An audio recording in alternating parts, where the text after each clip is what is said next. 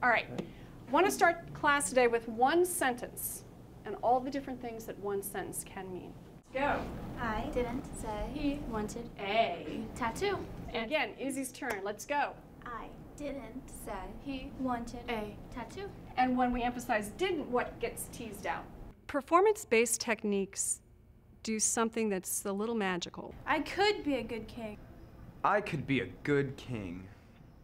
I could be a good king. If you put a piece of text in front of a student and you ask the student to read it, to analyze it, to answer questions about it, there can be a wall. You give them an acting component to add to it. Somehow that fear of analysis sort of disappears.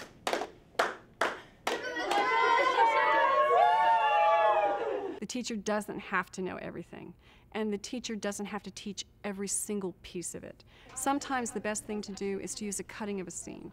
Sometimes the best thing to do is to start with a scene that might not be Act 1, Scene 1, because if it's going to hook the kids, if it's going to pull them into the stories and the characters, there's going to be something going on in that scene that can then set up the rest of the play. Just a quick question, if you could be, would you like to be heir to the throne of a kingdom?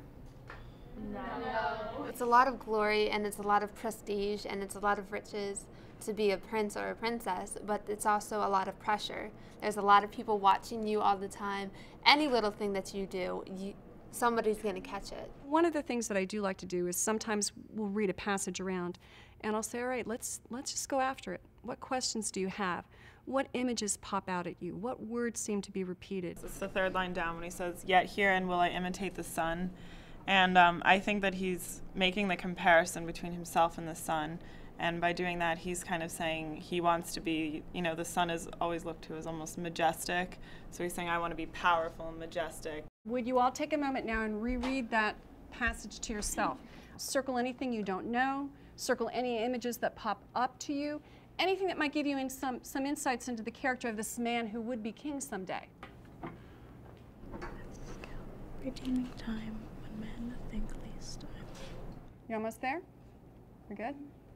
Okay, what did you notice? You can go at this from any direction you want. Any questions or anything in particular that's jumping out at you that help us get a sense of what Hal is like?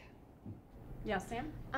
Well, what I got from it is that he definitely acknowledges that people don't believe in him. So I think that he's saying, they might not believe in me, but I'm going to show them that I can redeem myself. I think it also has to do with him growing up and developing, and he sort of wants that extra attention by getting all of his badness out and put aside so that he can do the job that he knows he has to do. And we take that passage and we have the students interpret it from a bunch of different perspectives. Could we break into the groups that you guys were in the other day? And I'm going to come around and give each one of you a way to think about how.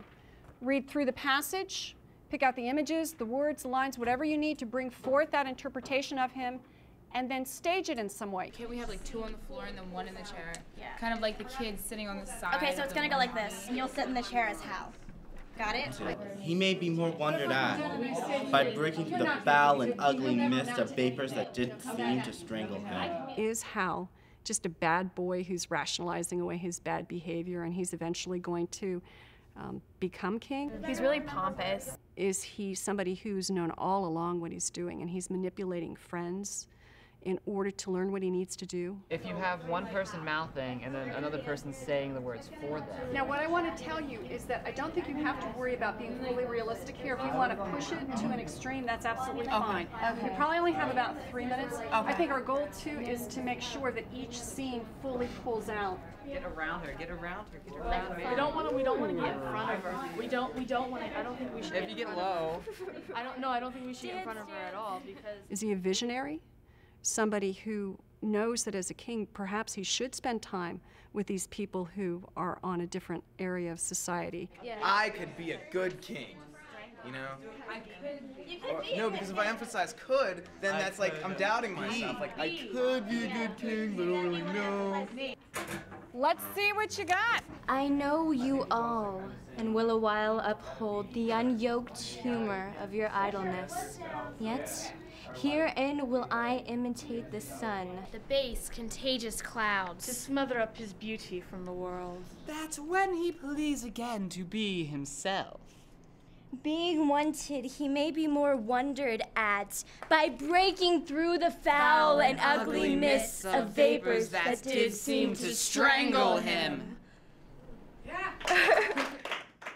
And will a while uphold the unyoked humor of your idleness.